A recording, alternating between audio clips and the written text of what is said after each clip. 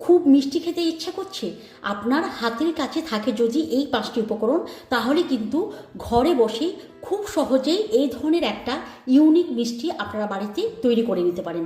আসসালামু আলাইকুম, welcome to my channel Parvin's kitchen. Parvin's কিচেনে আপনাদেরকে অনেক অনেক অভিনন্দন।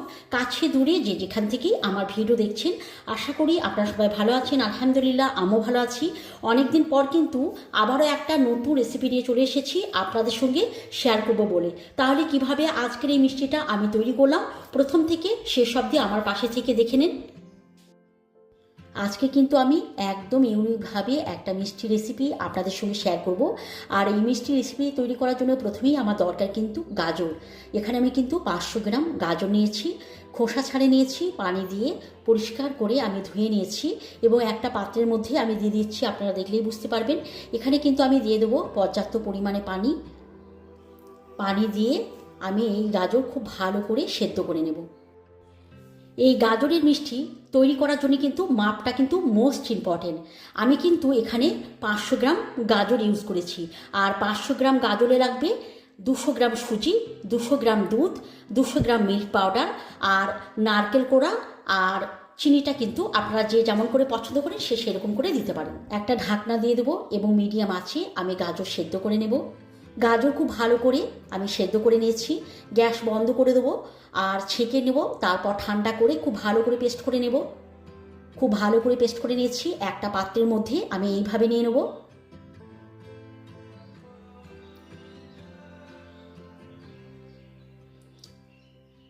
আচ্ছা, একটা পাত্রের মধ্যে আমি গাজর ঢেলে নিলাম, এটাকে সাইডে রেখে দেবো। আর আমি বসিয়ে দেবো কড়াই। এই বড় চামচের 1 চামচ আমি দিয়ে দেবো ঘি। এই রেসিপিটা তৈরি করতে ঘি একটু বেশি প্রয়োজন হয়, তাই ঘিয়ের পরিমাণ একটু বেশি। দিয়ে দিলাম 1 বাটি সুজি। এখন এই ঘিয়ের সঙ্গে সুজি এইভাবে নাড়িয়ে নাড়িয়ে খুব ভালো করে আমি কিন্তু ফ্রাই করে নেব। এইভাবেই কিন্তু নাড়িয়ে নাড়িয়ে ফ্রাই করতে হবে, তাহলে চতুর্দিক সমানভাবে ফ্রাই করা হবে।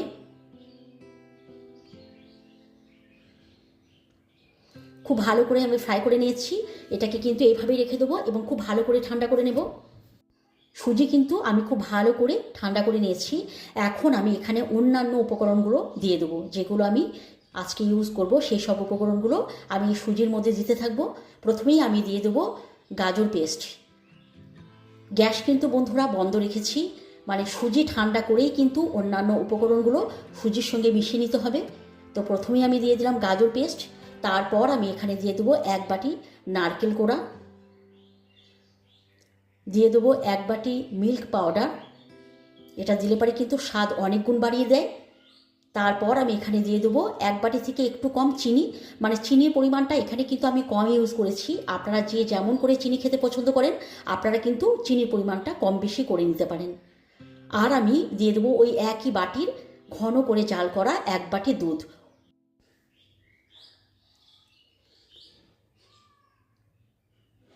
সমস্ত উপকরণ আমি এখানে দিয়ে দিয়েছি। এখন খুব ভালো করে আমি মিক্স করে নেব। ঠিক এইভাবে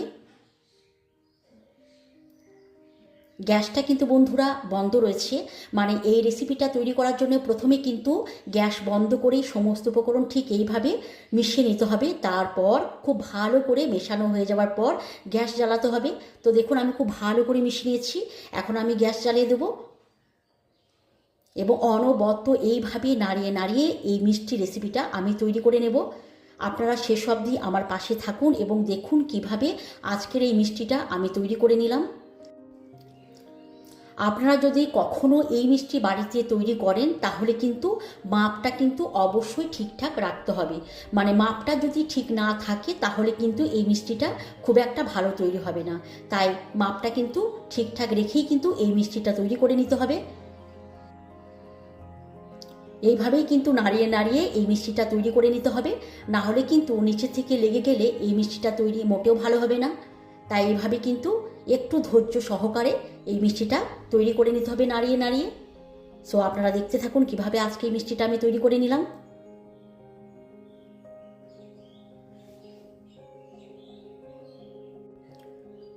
আর এই মিষ্টিটা তৈরি করার সময় কিন্তু গ্যাসের আঁচটা অবশ্যই মিডিয়াম আঁচে রেখে কিন্তু তৈরি করে নিতে হবে। একদম হাই ফ্লেমে কিন্তু এটা তৈরি করা যাবে না। নাড়িয়ে নাড়িয়ে কিন্তু এটা একদম আঠালো ডোয়ের মতো তৈরি হয়ে গেছে। এখন কিন্তু আমি গ্যাস বন্ধ করে দেবো, আর এটাকে কিন্তু একটা আমি প্লেটের মধ্যে তুলে নেব, যাতে খুব তাড়াতাড়ির মধ্যে এটা ঠান্ডা হয়ে যায়।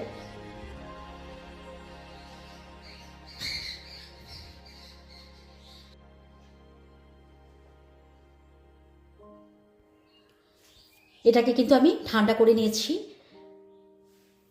এখন আমি হাতের মধ্যে নিয়েছি সামান্য পরিমাণে ঘি, এখান থেকে অল্প অল্প করে নেব, আর ঠিক এইভাবে আমি একটা মিষ্টির আকার দিয়ে নেব।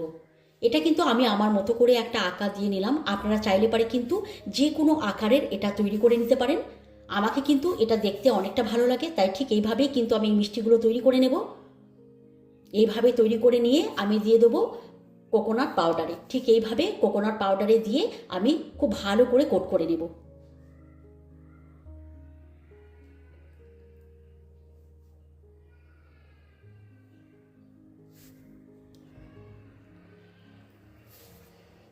খুব ভালো করে কোট করে নিয়েছি, আর সব মিষ্টিগুলো তৈরি করে আমি একটা প্লেটের মধ্যে নিয়েও নিয়েছি।